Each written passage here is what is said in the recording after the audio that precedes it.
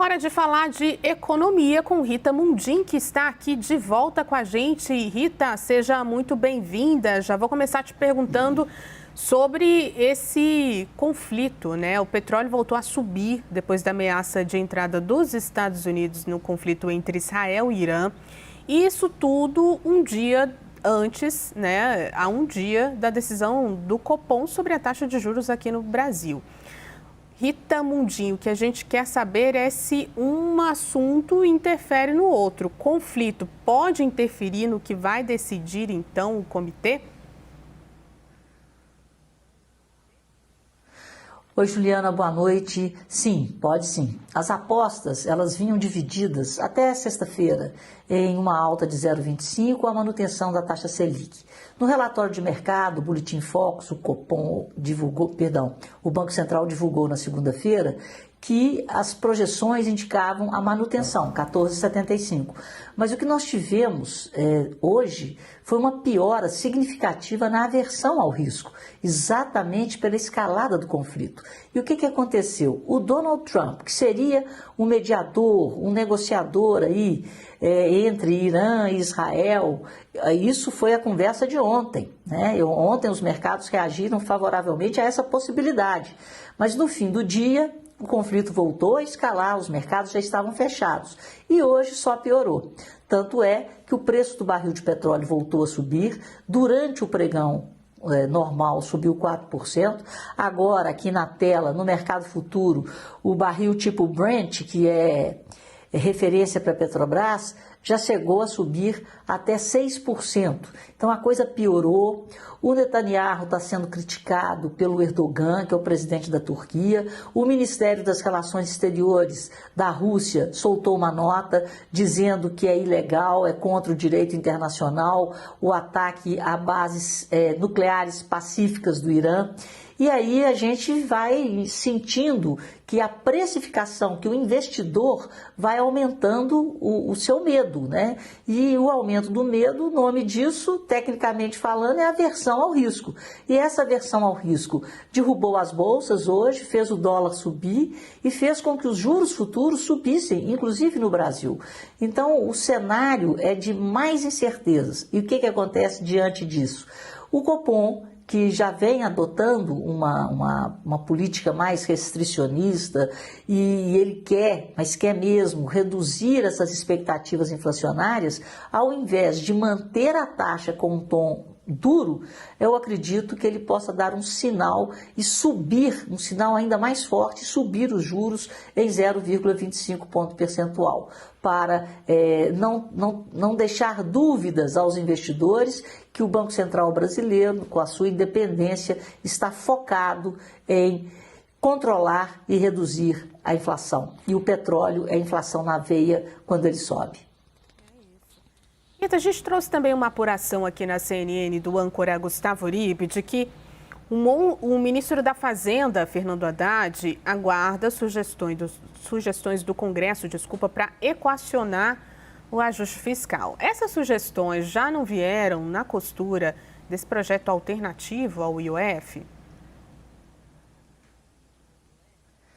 Olha, Juliana, vieram, mas não agradaram a todos, né? Porque essas sugestões passam por aumento de impostos de investimentos que antes eram isentos. E isso pode, sim, prejudicar setores essenciais da economia, como a construção civil, o agronegócio. Então, a coisa não está muito bem alinhavada, não. Então, você vê, né, porque a votação da urgência não votou o mérito no que diz respeito ao PDL para anular o decreto do IOF. Então, quer dizer, até agora não anularam.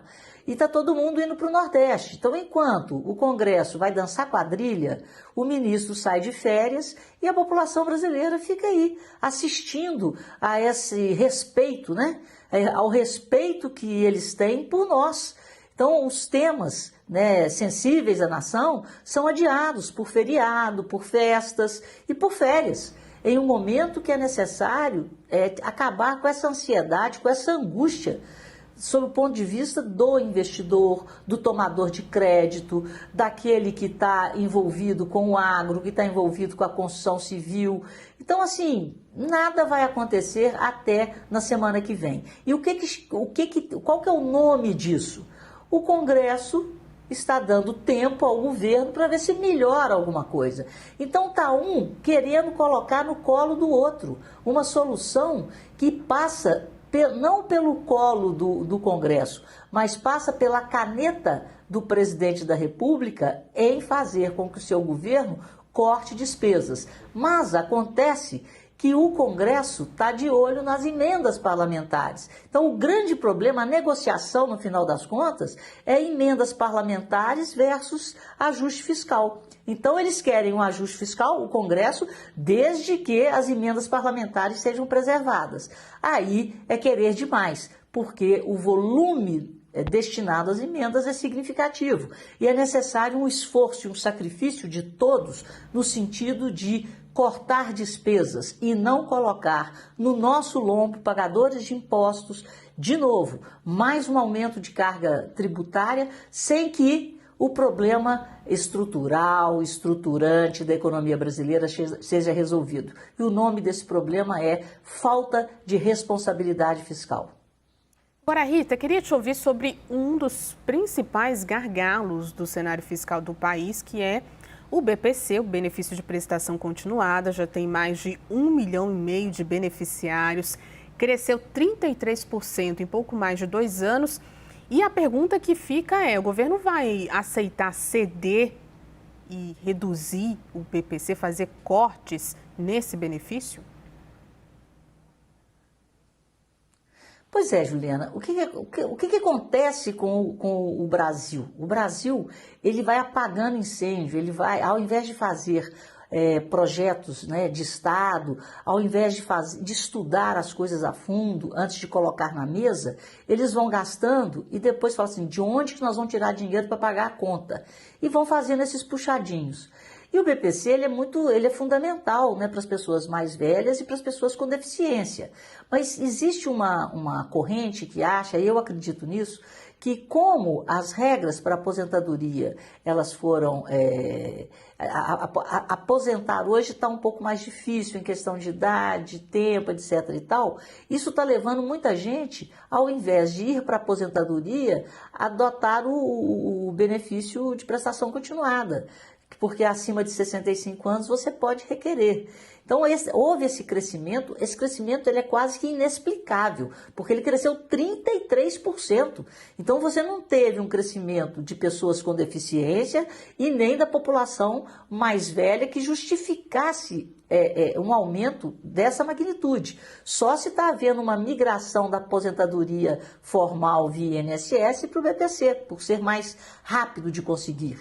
E aí vem outra coisa, é triste, o governo, o ministro Haddad, ele já admitiu que tem que ser feito tipo uma varredura nos cadastros. Então é inadmissível, na era da tecnologia, da informática, da inteligência artificial, que a gente ainda tenha problemas de cadastro no Brasil. Problemas de saber se o beneficiário existe, se é real ou se não é. Agora, fica fácil da gente, né, entender que existe e o problema é sério depois desse escândalo no INSS. Então, é preciso que o governo, que caia a ficha do governo, que o governo use as ferramentas do século XXI para a proteção do dinheiro do cidadão, seja ele aposentado, seja ele pensionista e seja ele contribuinte, pagador de impostos que sustenta essa máquina que está ficando cada vez mais inoperante. Cria um clima de desconfiança, né, de alguma forma.